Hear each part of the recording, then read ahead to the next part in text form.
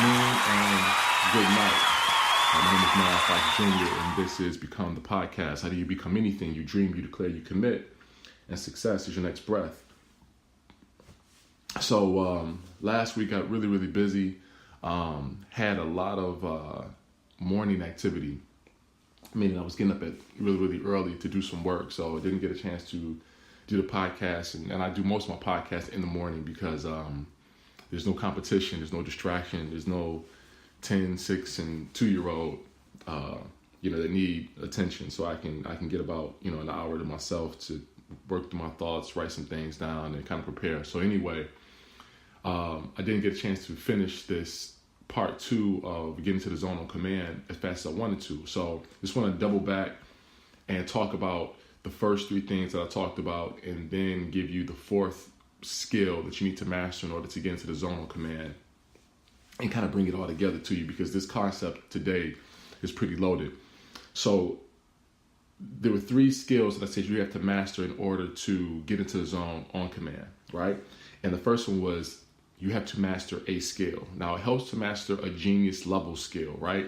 Because that's when our knowledge is at the highest, and that's when our instincts are the most intense. But you can still get into the zone even if you're not operating within your genius, okay? So you have your primary skill, which is, or your highest level skill, which is your genius level talent. But you do have secondary skills or sub talents, if you will, that allow you to experience the zone on a lower level. So if you are into, let's say you got your genius level talent, but you have a hobby. You have a hobby and you really work hard in this hobby. You know what I'm saying? Maybe it's playing poker. Maybe it's fishing. Maybe it's you do something. You have a mentorship program that you run or something like that. So it's not your genius level talent, but it's something else that you are heavily invested in. It's a hobby, or it's something that you've dedicated yourself to outside of your genius level talent, outside of your purpose. Well, if you've worked really hard to develop that skill, then you have a great chance of locking into the zone. So at the end of the day, you have to work on your craft, and you have to get really, really good at it. And you have to understand it on a lot of different levels, and just be, and it's got to be something that you practice often, right? So you got to master your skill. The second thing you have to do is you have to master discipline. You can't let external forces compromise your method, or you can't let internal forces compromise your method. If you've done your research and you figured out a bulletproof way to get the job done, then you have to be able to execute that method regardless of the circumstances. Okay, and a lot of people are special in terms of, or gifted in terms of their ability and skill, but they often let the outside forces compromise their method. And it could be, you're great at, I'm going to use basketball for instance, but you can be great at basketball, but you allow your diet to compromise your genius. You know what I'm saying? Because you don't eat right, you don't drink right, you don't exercise right, you don't do these other things that can compromise your genius. So when we talk about genius, it's not just mastery of the skill and being able to master the skill with great discipline, but it's also the other things that are surrounded around the skill. There's a reason why, people like Kobe Bryant and Michael Jordan and who else? Somebody like Jerry Rice. I'm speaking of old guys because those are the guys that I enjoy watching playing. But there's a reason why those guys were so special. It wasn't just what they did on the court and on the field, but it's what they did off the court. They had a certain regimen that they figured out gave them success, and they wouldn't compromise their success for the opponent nor for the outside forces. Still have your fun, still have a good time, but there's a time and place when it's time to work, it's time to work. And that's it. And if I know I got to work soon, then what I do right now, what I do in preparation for that moment cannot be compromised. So you got to master discipline. The second thing is you got to master your breathing. I give the example of the boxer. The boxer has to master his breathing. Because when you got somebody coming at you trying to knock you out, and then you get tagged, right, and you get a little dazed, you have to master your breathing so you can compose yourself. You have to be able to think, slow the game down, slow down the moment, so that you can compose yourself, so you can gather your thoughts, so that you can gain access to your genius, so you can gain access to your discipline, so you can gain access to the enormous brain trust and all of the lessons that you learn along the way that you can use to hopefully help you get to victory. But if your breathing is out of control, it's going to compromise the blood flow to the brain, and then the blood flow to the brain is going to compromise, the lack of blood flow to the brain is going to compromise the way in which your brain functions, and then that's going to have an impact on basically how your brain works. And if your brain isn't working properly, then your body probably is going to function properly either. So it's critical that you learn how to slow your breathing down and get your breathing under control as you're operating, right? Or as you're working to do whatever it is you're doing. Because so many people, as soon as they get hit with adversity, their breathing goes out of whack, and then that has an impact on their ability to think clearly and then operate on a high level. So the last thing is clarity. Now, clarity is a loaded concept, and it's going to seem as though this concept won't relate, but I'll make it make sense in the very end. So let's jump right into it. Clarity is a combination of quiet time and peace of mind. So the first thing you have to do is you have to develop an appreciation for quiet time.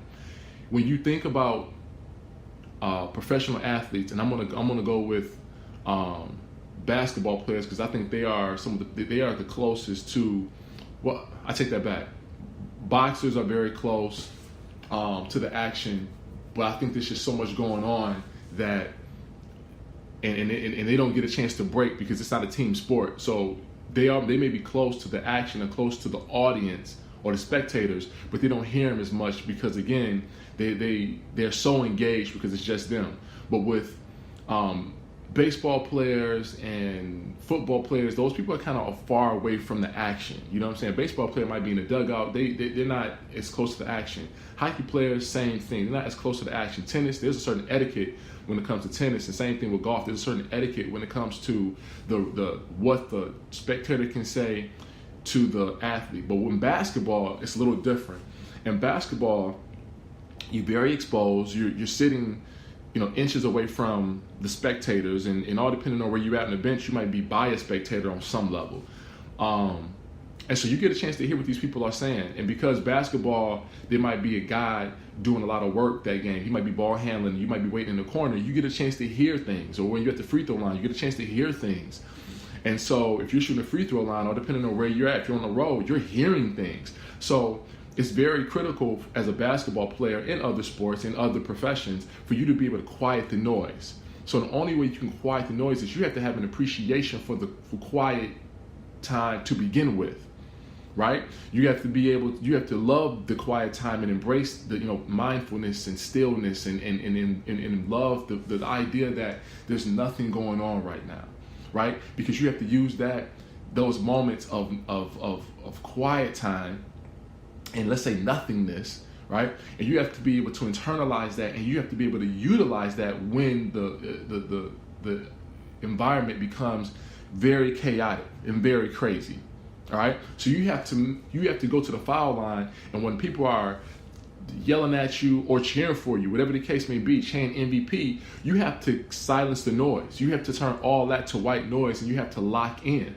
So it's very critical that you develop an appreciation for quiet time. So what you have to do is you have to start taking these moments of these little moments of when you wake up in the morning and it's peaceful. Just appreciate the quiet time, the quiet. When you're in your car, sometimes appreciate the quiet. When you're working out in the gym, whatever you're doing, it's good to appreciate those moments when there's not a lot going on, and just get inside yourself. All right, just get inside yourself and just kind of focus on you. Focus on everything that is of necessity to you. And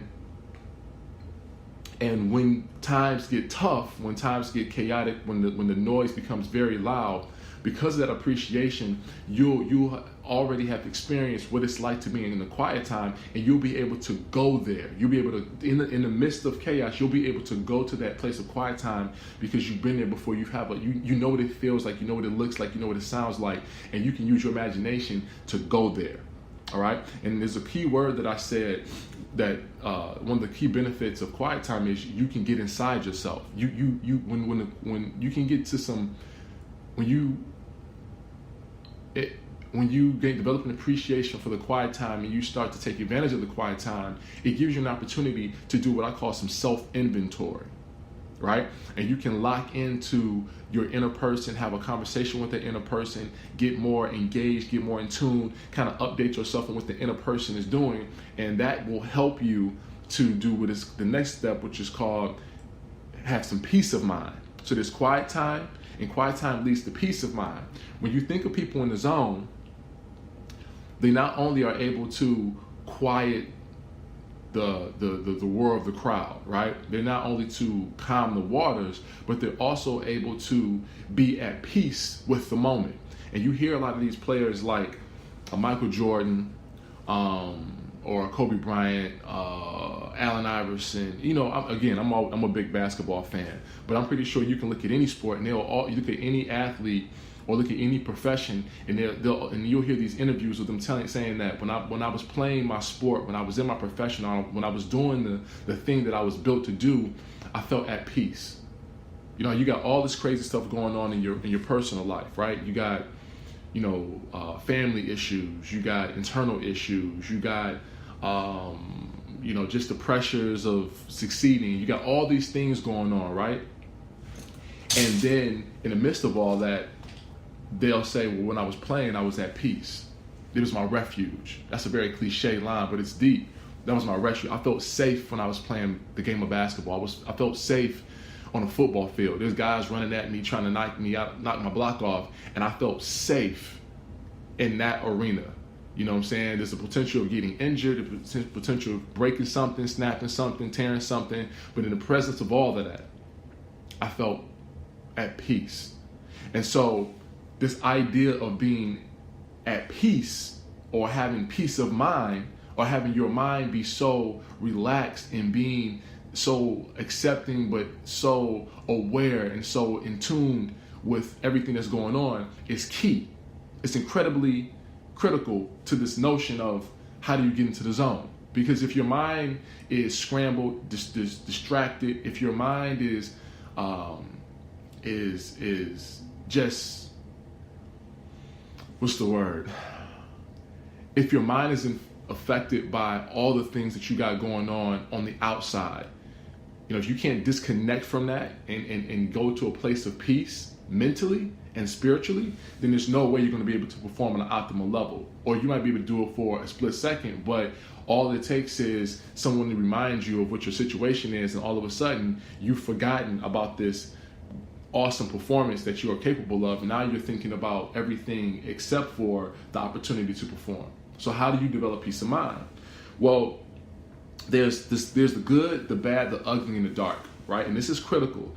When I talk about developing peace of mind, we have to acknowledge the good, the bad, the ugly, and the dark that we've done to others and that has been done to us, right? We not necessarily acknowledge it, but we have to forgive. We have to exercise forgiveness. So there might have been something that you did to someone else, right? So hopefully you do good unto others. But if you don't do good unto others, if you do something that's bad, ugly, or potentially dark to someone, and you can decide what bad, ugly, and dark looks like. But if you did something to someone, you have to forgive yourself. There's so many people that can't move forward in life because they have kind of put themselves in some sort of spiritual prison because of what they've done to someone else. They think that I can't live a life of happiness. I can't live a life of peace because of what I've done to someone else. And so because of what I've done to someone else, I have to make life difficult for myself. I have to intentionally make life tough to kind of compensate or make up for the bad that I have done. And that's it may seem like it may make sense, but at some point you have to forgive yourself. At some point you have to forgive yourself And you have to know that although you've done something bad and maybe it was intentional, we go through some crazy things, but at some point you have to forgive yourself and you have to move on. And you have to hope that that person has forgiven you. And you have to be at peace with the fact that maybe that person may not forgive you, or depending on what the transgression was. But at some point you have to forgive yourself, because we make mistakes. And in the Bible, they say a sin is a sin. So whether I, make this, if I sin on a very small level, right, or sin on a big level, at the end of the day, they're both the same. And that's why that scripture is in the Bible to help us understand that as a sin is a sin.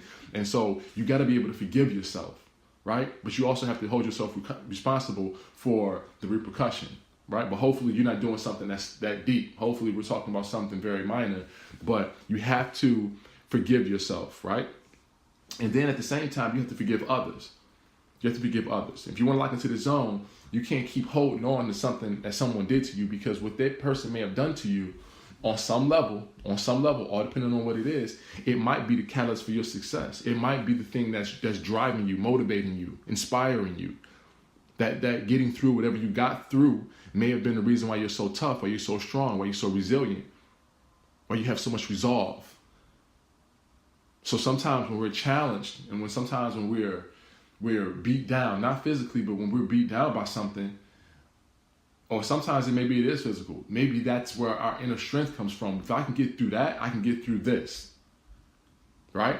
So we have to acknowledge the good, the bad, the ugly, and the dark that has taken place in our lives. So we have to have forgiveness. We have to forgive ourselves. We have to forgive others. And this is all a method to eventually being at peace with the world, right? Now I talk about darkness because that's key. The dark place that we have experienced on some level is what we need in order to perform on a high level. See, the dark place doesn't get talked about a lot, but Tim Grover, Michael Jordan's trainer, Hakeem Olajuwon's trainer, Kobe's trainer, Dwayne Wade's trainer, and trainer to many others, Charles Barkley, he talks about the dark place, and you got to go to your dark place in order to perform on a high level. And the dark place is a place that negates fatigue, exhaustion, pain, discomfort.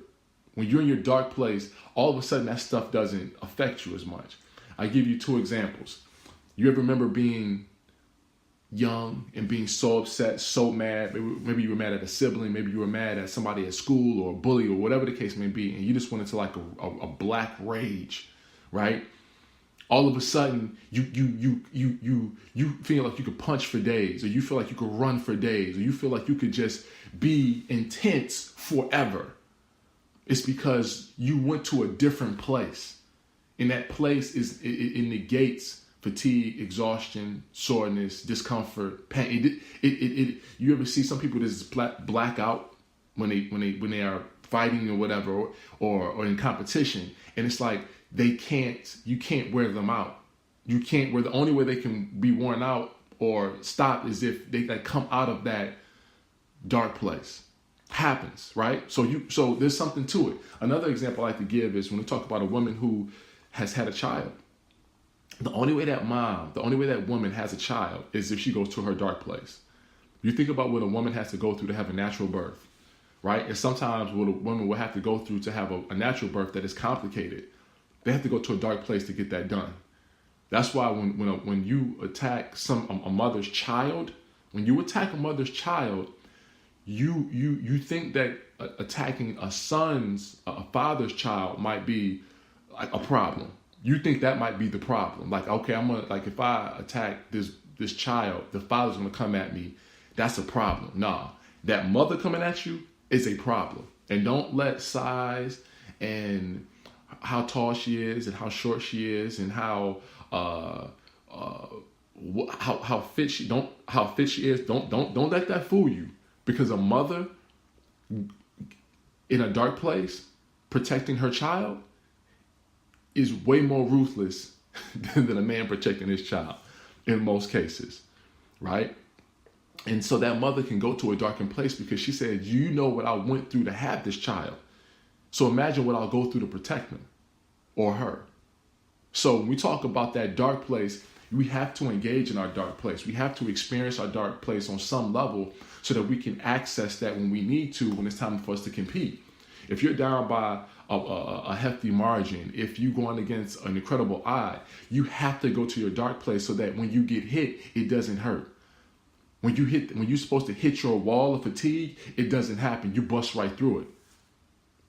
When you're supposed to get uncomfortable, it doesn't impact you because there's this dark place that is sustaining your level of concentration and focus. You're so focused on the task at hand that all of a sudden the discomfort and the pain that you're going through doesn't work. I talk about this all the time. You talk about Michael Jordan 97. Michael Jordan 97 in the finals, he gets the flu game. How does somebody with the flu put up 45 on the road? Think about that. How does somebody with the flu, think about what you do when you get the flu. You're not going to work. You're not taking care of the kids. You know what I'm saying? Maybe if you're real tough and you don't have any choice. But think about what happens when you catch the flu. And now think about playing a professional basketball game against people who are healthy, people who are trying to win a championship. And you're on the road. That's the dark place. The dark place is the only place mentally and spiritually that can get you there. Think about Isaiah Thomas in 88 finals on the road as well. He hurts his ankle. Right? And puts up 25 in one quarter. Think about that. On one leg. They say, how did you do it? He says, I was in the zone. But he was in a dark place. The pain wasn't as tough or as dark as his dark place.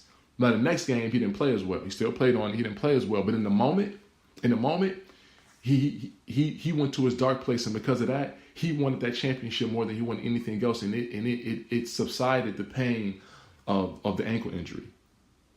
So when we talk about peace of mind, we have to have forgiveness. We have to have forgiveness, right? Because if we don't have forgiveness, we'll never have peace of mind. So forgiving people and forgiving of ourselves. And then we also have to acknowledge that dark place, because that dark place is going to be the thing that's going to help us to power through adversity. Now, once we've experienced some forgiveness, we've forgiven ourselves and we've forgiven others, and we've also acknowledged the dark place. Now, the next thing we have to do is we have to kind of make sense of our circumstances. We have to make sense of our circumstances, and that's what I call using your A game. And all depending on what your circumstances are, you have to acknowledge your circumstances, you have to accept them, appreciate them, and then accelerate. Okay, now again, I want to bring this to a close so you can figure out how this all impacts getting to the zone. And some of you might be figuring it out as I'm talking, but you have to acknowledge the things that have happened to you. Okay, so as you've forgiven people, you have to also, the part of that is you have to acknowledge them as well. You have to acknowledge them and say, these things have happened to me. Because some people are in denial. Some people won't recognize, reality. You have to confront the brutal facts. Whatever the brutal facts are, you have to confront them. Some people's brutal facts are more brutal and devastating than others. And some people have to confront facts that to others aren't very brutal at all. But at the end of the day, this is you're talking about. So you have to confront whatever facts are brutal. You have to acknowledge them. All right. So whatever situations that you've been through, you've been a part of, whatever the case may be, you have to acknowledge them. The second step is you have to accept them. Acknowledging something and then accepting it are two totally different things. Just because you recognize that it's there doesn't mean that you kind of accept that these things are my truth. These things are my truth. It's my responsibility to do something with what I've been given. Okay, so how does that work? You might accept that daddy left or mom left, but now you have to accept it, and you have to accept almost responsibility to now do something with the reality that mommy and daddy left. So you can say, yeah, mom and dad left, but then feel like, well, it's on them. They're the blame. And I'm not saying that you are the blame because they left, but it's your responsibility to do something with the reality that mommy and daddy are no longer here for whatever reason. So you have to take these situations and these circumstances, you have to accept them and say, this is my responsibility to find some meaning in this. It's my responsibility to find some truth in this. I have to figure it out. I got to figure out why was I given these set of circumstances and these situations and these limitations. How can I turn this limitation into a life learning lesson that will give me long-term success? So that's the acceptance part. I have to acknowledge the situation. I have to accept it, and then the next part of it is I have to appreciate it. See, once I accept it and I say, okay, this is my responsibility. I have to hold myself accountable. I have to find a way to find some goodness out of this. Now I have to appreciate the situation enough to find the goodness in it. See, when I appreciate the moment, now I'm intentionally and deliberately looking to find reason. Why did this happen to me? Why am I going through this? What am I supposed to learn? Right? And sometimes it's gonna be tough to accept certain things. It's gonna be tough to accept certain realities. And there's like, let's say if your reality has 4 parts of it, you might appreciate 2 of them, but the other 2 you might not be able to. But it's a constant work in progress. You're constantly working to accept it, appreciate it, as much of it as you possibly can. Because the more you appreciate it, the more you start to make some sense of, okay, I went through this so that I can develop in this area over here. It was written. I'm supposed to be great. I know that, but how am I supposed to actually develop the abilities and the skills and the resolve in order to be great? Okay, so I got to go through some tests. I got to go through some things. So whereas one person might be good, bad, ugly, or dark to you, where one person might be bad, ugly, and dark to you, right? It might hurt you. It can, as much as it can hurt you, it can also be strengthening you as well, right? It can also strengthen you as well. And it's crazy how the world works, because if someone did something bad to you, that means someone probably did something bad to that person. But somehow, in all of life's crazy ways, it might benefit you somehow. It might benefit you. Dave Chappelle was talking about how the death of Emmett Till, the murder of Emmett Till, caused in due part, it caused some parts of the civil rights movement. The fact that this young brother who was lied on was brutally murdered impacted the civil rights movement, having his casket open so that everybody could see what wrong looks like. It impacted the civil rights movement. So that man's death impacted the civil rights movement, which has impacted a lot of people today. So you can see how sometimes in this crazy world, what might be happening, what you may not want to happen in your life, this unwanted situation just might be the exact situation you need to develop in some sort of way.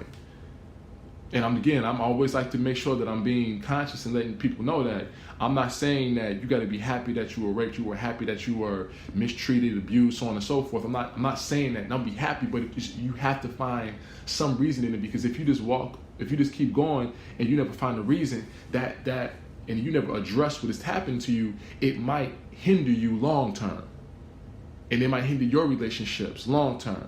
And the fact that somebody did something to you, you're going to come in contact with somebody else. And if you don't handle that problem and kind of fix it and understand it, it's going to have an impact on your relationships moving forward. And you're going to wonder why this relationship isn't as good as it should be. It's because there's some things that you haven't figured out over here in your life.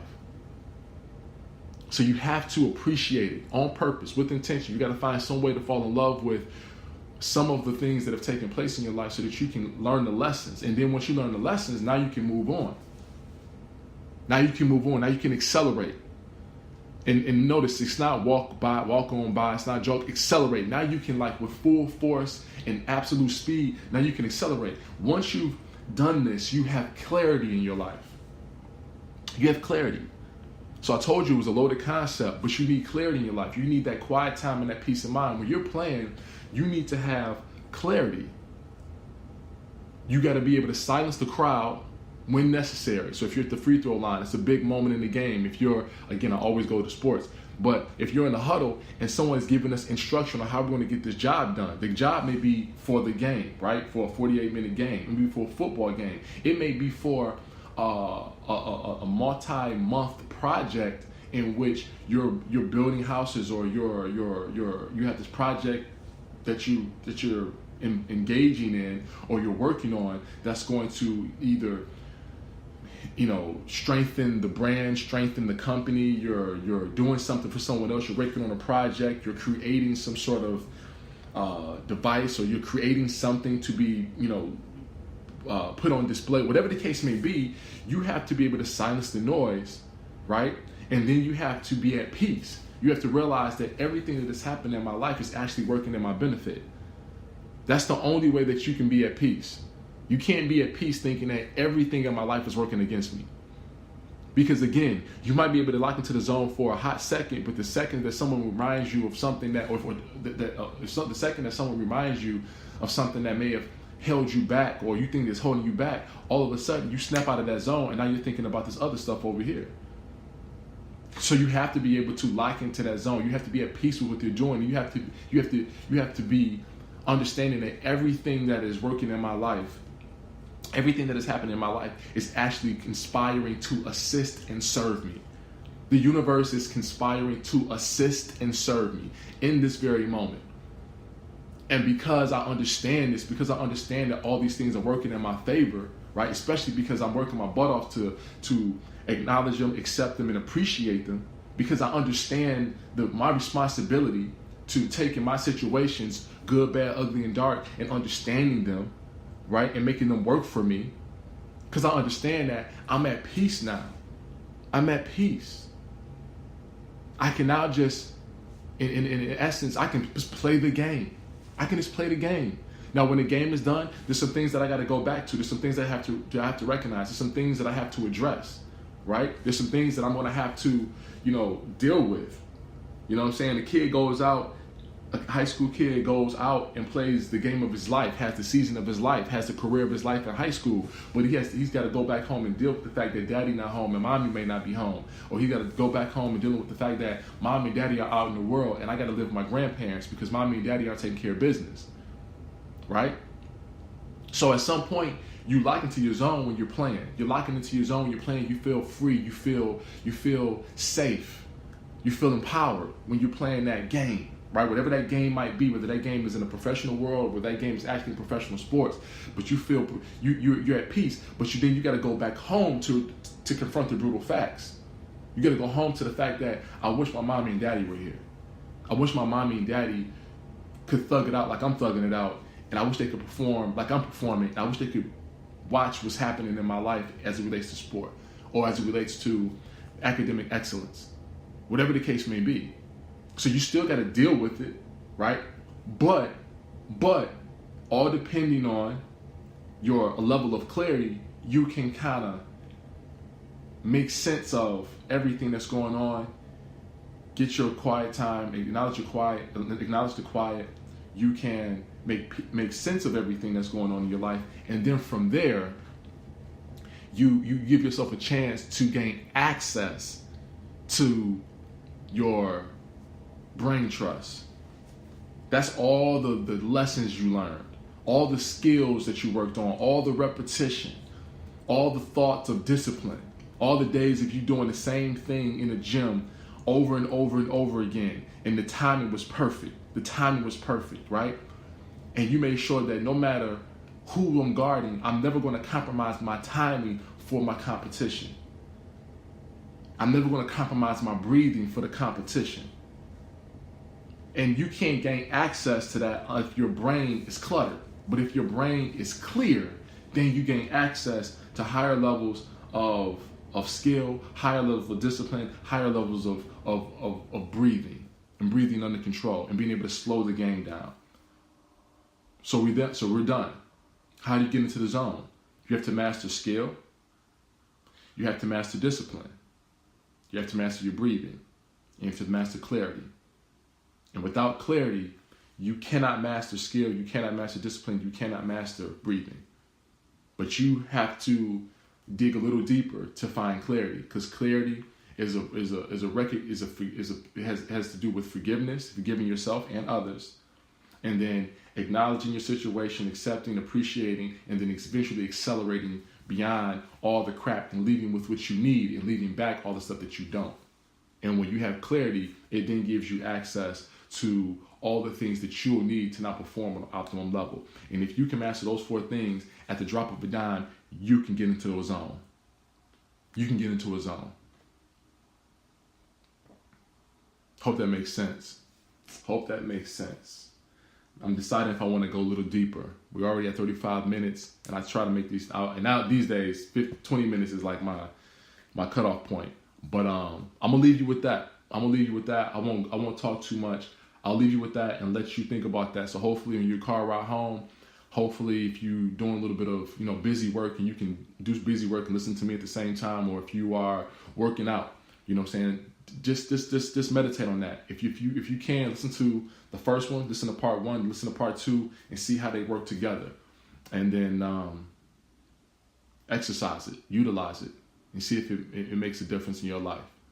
Thoughts are things. No, greatness lives on the edge of death. I am not afraid to die.